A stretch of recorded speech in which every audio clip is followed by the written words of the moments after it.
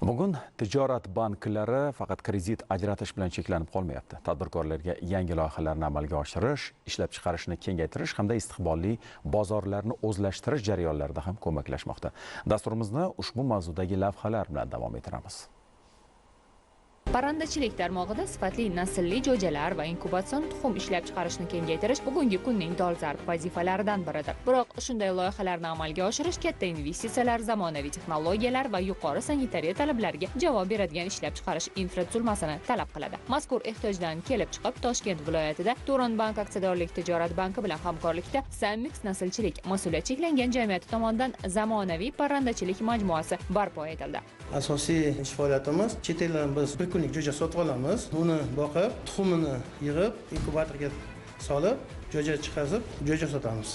Asosiy faoliyatimiz shu. Hozirgi vaqtda jo'ja kelish jarayonida biz jo'jalarni boqib, 100 kunlik qilgandan keyin asosiy ishxonamizga olib kelinadi. Asosiy xaridorlar bizda shu Andijon, Samarqandda, Termizda, Buxoro, Buxoroda biz jo'jalarni sotamiz. Korxona faoliyati biologik xavfsizlik talablariga to'liq mos ravishda yo'lga qo'yilgan. Ishlab chiqarish hududiga kiruvchi har bir xodim maxsus sanitariya nazoratidan o'tadi. Maxsus kiyim-bosh va poyabzal almashtirilgandan so'nggina ishlab chiqarish sexlariga kirishga ruxsat beriladi. Bu esa mahsulot sifati va parrandalar salomatligini ishonchli ta'minlashga xizmat qiladi. Все у нас автоматизировано, это большой плюс. В Узбекистане мы, наверное, одна. Fabrikamiz to'liq avtomatlashtirilgan. Bu O'zbekistondagi eng zamonaviy parrandachilik majmualaridan biri hisoblanadi.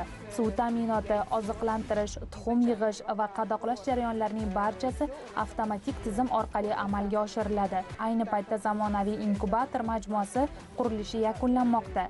Korxona avtomatlashtirilishi natijasida inson omili kamayib, mahsulot sifati barqarorlashmoqda. Ishlab chiqarish samaradorligi esa sezilarli darajada oshmoqda. Bizning maqsadimiz hozirgi vaqtda biz tuxumni ijara inkubatoriga qo'yamiz. Keyinchalik o'zimizga qurib, kalsiy qilmoqchimiz. Jo'ja, tuxum, yana jo'ja o'zimizda aylanib yuradi. Shu ishxonamizni qurishda faoliyat ko'rsatgan Turon bankdan olingan kredit mablag'lar hammasi shu qurilishga ishlatilgan va sifatli uskuna xomashyolar olingan.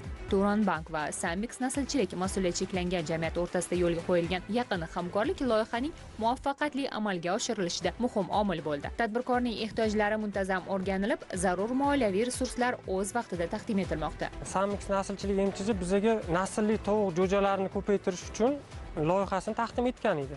Biz moliyaviy ko'mak sifatida kredit ajratganmiz 2024-yilda. O'shandan beri bizda faoliyat ko'rsatib kelmoqda.